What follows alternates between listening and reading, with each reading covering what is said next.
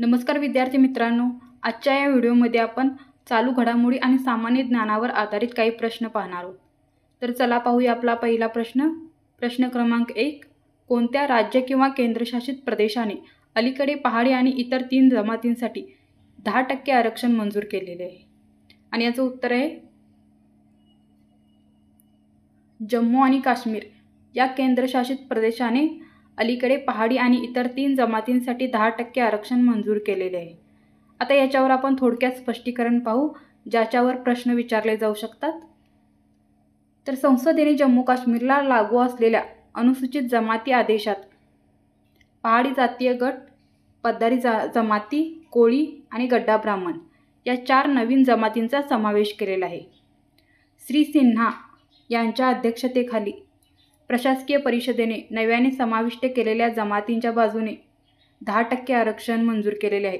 तर अनुसूचित जमातींसाठी एकूण 20% आरक्षण करण्यात आलेले आहे। तर याच्यावरही आपल्याला परीक्षेमध्ये प्रश्न विचारला जाऊ शकतो। पुढचा प्रश्न पाहूया। प्रश्न क्रमांक 2, खालीलपैकी इराणचे चलन कोणते आहे? तर इराणचे जे चलन आहे ते आहे रियाल, आणि यामध्ये जे रुपया चलन आहे ते आपल्या भारताचे चलन आहे। डॉलर हे अमेरिकेचे चलन आहे। तर दिरहम हे जे आहे ते संयुक्त अरब अमिरातचे चलन आहे। आता याचं थोडक्यात स्पष्टीकरण पाहूया। अमेरिकी राष्ट्राध्यक्ष डोनाल्ड ट्रम्प यांनी इराणवर निर्बंध लादण्याच्या आदेशावर स्वाक्षरी केलेली आहे। त्यामुळे जे इराणचे चलन आहे रियाल हे गडगडलेले आहे, म्हणजे याची किंमत कमी झालेली आहे। आता ती किती कमी झालेली आहे? तर अमेरिकेच्या $1 म्हणजे इराणचा आत्ता सध्या किती आहे? 8.5 लाख रियाल ही अमेरिकेच्या $1ची किंमत आहे। ती पूर्वी किती होती? तर अमेरिकेचा $1 म्हणजे पूर्वी रियालचे 32,000 रियाल इतके होते। तर अशा प्रकारे इराणचे जे चलन आहे रियाल याची किंमत कमी सध्या झालेली आहे। तर यावरही तुम्हाला प्रश्न विचारला जाऊ शकतो। पुढचा प्रश्न आहे प्रश्न क्रमांक 3, कोणत्या संघाने 42वे रणजी करंडक जिंकले आहे? तर मुंबई या संघाने 42वे रणजी करंडक जिंकलेले आहे।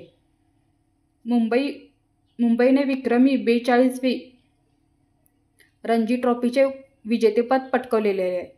रणजी ट्रॉफीच्या अंतिम सामन्यात मुंबईने विदर्भाचा 169 धावांनी पराभव केलेला आहे। त्याचबरोबर मुंबईने ही जी रणजी ट्रॉफी आहे ती 8 वर्षानंतर जिंकलेली आहे। यापूर्वी मुंबईने 2015-16 मध्ये सौराष्ट्राचा पराभव करून ती ट्रॉफी जिंकलेली होती। पुढचा प्रश्न आहे प्रश्न क्रमांक 4, राष्ट्रीय फलोत्पादन मेळा 2024ची थीम काय आहे?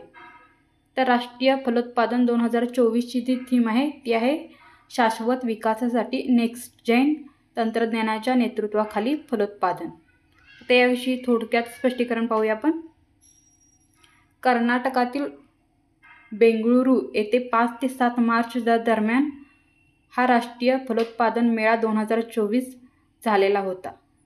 राष्ट्रीय फलोत्पादन मेळा 2024 हा ICAR IIHR द्वारे आयोजित केला जाणारा एक महत्त्वाचा कार्यक्रम आहे। शाश्वत विकासाच्या उद्देशाने बागायती क्षेत्रातील पुढील पिढीतील तंत्रज्ञान प्रदर्शित करण्यावर हा मेळा जो आहे तो लक्ष केंद्रित करतो। तर अशा प्रकारे राष्ट्रीय फलोत्पादन मेळा 2024 5 ते 7 मार्च दरम्यान 2024 मध्ये कर्नाटकातील बेंगळुरू या ठिकाणी झालेला होता। तर यावरही तुम्हाला प्रश्न विचारला जाऊ शकतो। पुढचा प्रश्न आहे प्रश्न क्रमांक 5, चपचार कूट उत्सव कोणत्या राज्यात साजरा केला जातो? तर चपचार कूट उत्सव हा आहे तो मिझोरम या राज्यामध्ये साजरा केला जातो। आता याच्यावर काही स्पष्टीकरण पाहूया। चपचार कूट हा भारतातील मिझोरमचा सर्वात मोठा सण आहे। चपचार कूट म्हणजे ज्या काळात कापलेले बांबू, झाडे झूम लागवडीसाठी जाळण्यासाठी सुकण्याची वाट पाहिली जाते, त्या काळात हा उत्सव आयोजित केला जातो। तो दरवर्षी मार्च महिन्यात साजरा केला जातो। हा सण 1450 ते 1700च्या दरम्यान सुईपुई नावाच्या गावात झाला असावा असा अंदाज आहे। तर अशा प्रकारे चपचार कूट उत्सव मिझोरम या राज्यामध्ये मोठ्या प्रमाणात साजरा केला जातो. पुढचा प्रश्न आहे प्रश्न क्रमांक 6.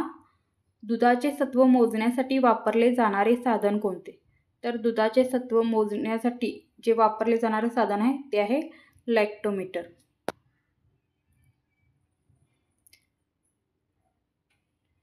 दुधाचे विशिष्ट गुरुत्वाकर्षण तपासून त्याची शुद्धता मोजण्यासाठी लॅक्टोमीटरचा वापर केला जातो.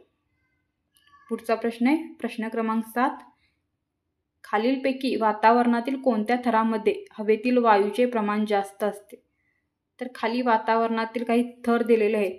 त्या थरातील तपांबर या थरामध्ये वायूचे प्रमाण काय आहे तर जास्त असते. आता थोडक्यात आपण खाली माहिती पाहूया. तपांबरामध्ये हवेतील एकूण वायूंच्या सुमारे 80% वायू असतात. स्थितांबरामध्ये हे प्रमाण किती असते तर 19% असते. त्याच्यानंतर दलांबर आणि आयनांबरमध्ये हे वायूचे प्रमाण कमी कमी होत जाते आणि शेवटी बाह्यांबर व त्या पलीकडे वायू आढळत नाहीत.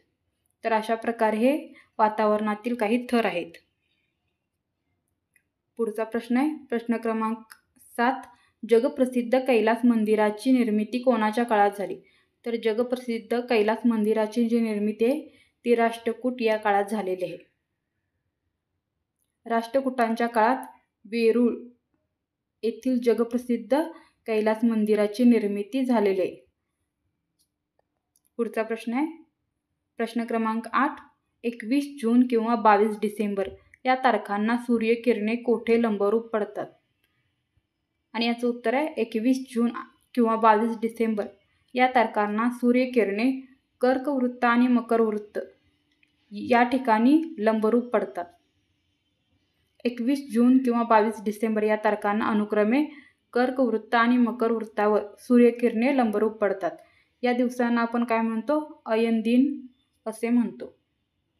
पुढचा प्रश्न आहे प्रश्न क्रमांक 9. सध्या आपल्या देशात किती उच्च न्यायालय आहेत? तर सध्या आपल्या देशामध्ये 24 उच्च न्यायालय आहेत. भारताच्या संघराज्यातील प्रत्येक घटक राज्यासाठी एक उच्च न्यायालय स्थापन करण्याचा अधिकार कोणाला आहे? तर संसदेला आहे. सध्या आपल्या देशात 24 उच्च न्यायालये आहेत. उच्च न्यायालयात एक मुख्य न्यायाधीश आणि इतर अन्य काही न्यायाधीश असतात. उच्च न्यायालयातील सर्व न्यायाधीशांच्या नेमणुका कोण करतं? तर राष्ट्रपती करतात. पुढचा प्रश्न आहे प्रश्न क्रमांक 10. राज्य पुनर्रचना आयोग कोणाच्या अध्यक्षतेखाली स्थापन करण्यात आला? तर राज्य पुनर्रचना आयोग हा न्यायमूर्ती एस. फाजल अली यांच्या अध्यक्षतेखाली स्थापन करण्यात आलेला होता. भारत सरकारने न्यायमूर्ती एस. फाजल अली यांच्या अध्यक्षतेखाली 29 डिसेंबर 1953 मध्ये राज्य पुनर्रचना आयोग स्थापन केलेला होता. या आयोगाने 10 ऑक्टोबर 1955 रोजी आपला अहवाल सादर केलेला होता आणि या अहवालानुसार मुंबईचे द्विभाषिक राज्य निर्माण करावे अशी शिफारस या राज्य पुनर्रचना आयोगामार्फत करण्यात आलेली होती. तर धन्यवाद मित्रांनो. अशा प्रकारे आज आपण चालू घडामोडी आणि सामान्य ज्ञानावर आधारित काही प्रश्न पाहिलेले आहेत. जर तुम्हाला असे प्रश्न पुढे पाहायचे असतील तर माझ्या चॅनेलला लाईक करा, शेअर करा आणि सबस्क्राईब करा. धन्यवाद.